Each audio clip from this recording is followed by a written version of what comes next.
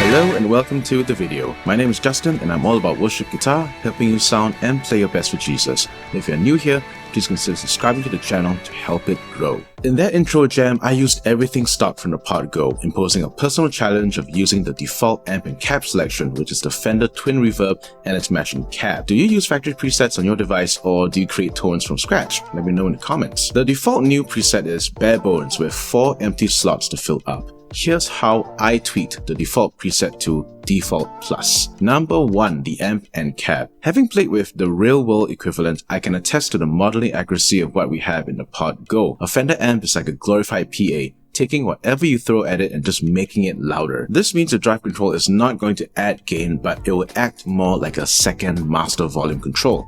If you find that the preset isn't loud enough, rather than tweak the cab volume or the output volume, you could try turning up the gain. I usually tweak the amp and cab together because the choice of mic will drastically affect the EQ stack and vice versa. I find the default choice of the R121 to be too bass heavy, so I'm going with a dynamic microphone with more bite and presence, but without the shrillness of the SM57. I settle on a Heel Sound PR30, which captures the mid-range smoothness from the overdrive pedals in chain. Back to the amp EQ, I started with my real-world standard Fender settings of 6-6-3. 6 on the bass, 6 on the middle, and 3 on the treble, adjusted to taste based on the pickup output. Number 2, the drive section. Here's where I created the 3 essential tones of clean, crunch, and lead. For clean, knowing that the Fender amp is bone dry with little inherent compression, I went with a squashier compressor and a staple with my worship sounds, the Kinky Comp, bringing down the release control so it's not too squashed. As for crunch, Fender amps don't smooth out the edges of a distorted waveform when being pushed hard at the front end. This is why I don't use fuzz pedals with Fender amps, as the square waveform from the fuzz pedal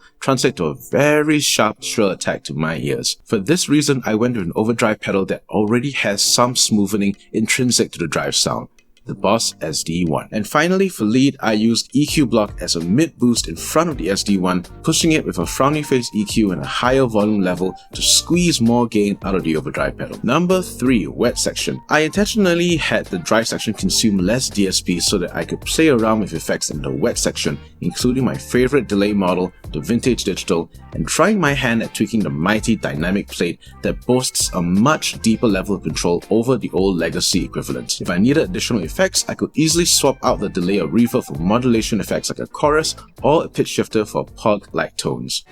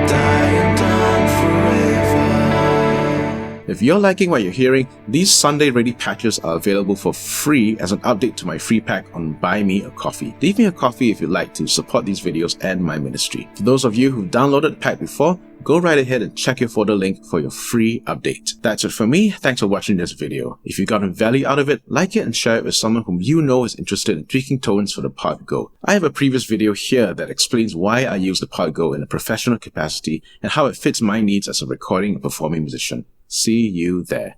Until next time, I'm Justin, and I'm all about worship guitar.